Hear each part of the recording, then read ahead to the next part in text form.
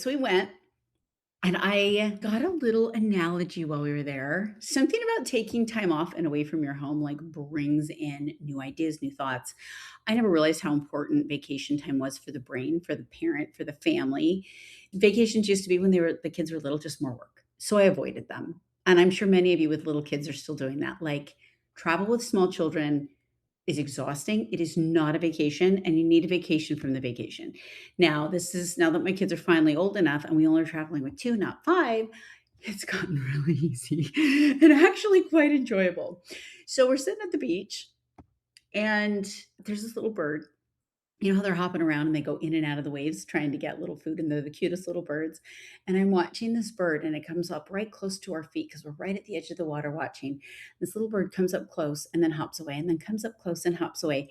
And I kept watching this bird. It fascinated me. And I kept thinking, but this bird must really be exposed to humans to be able to get so close to them and to trust humans. And how good must humans be that this bird doesn't fear us at all, and that it just will get this close and not worry. And then I realized something.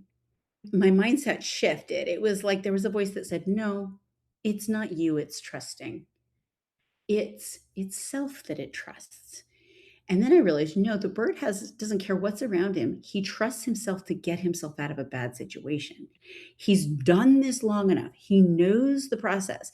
He trusts his own instincts so well that he knows that if I, like, moved in a second to try to hurt him, he'd be out of there. He'd be fast. He'd be gone. There is nothing that can get him because he knows who he is. He knows his own instincts and abilities, and he trusts that.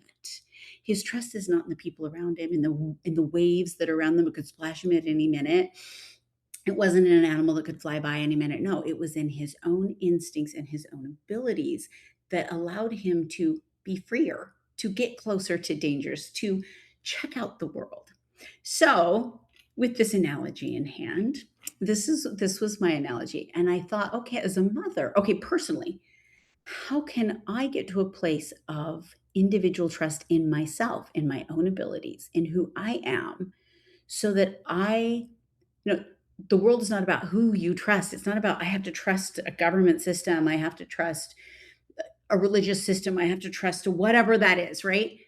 The point is that I trust me and my instincts and my ability to solve problems, my ability to be smart, think on my feet, my ability to go in and not panic, so that whatever comes my way, I know I can handle. Isn't that real confidence? Isn't that what confidence comes in? My trust in God and my trust in me. It doesn't come with my trust in anyone else, because for our whole lives, people will fail us. You guys, it's just how it is. Our spouses, our children, people fail because we're human.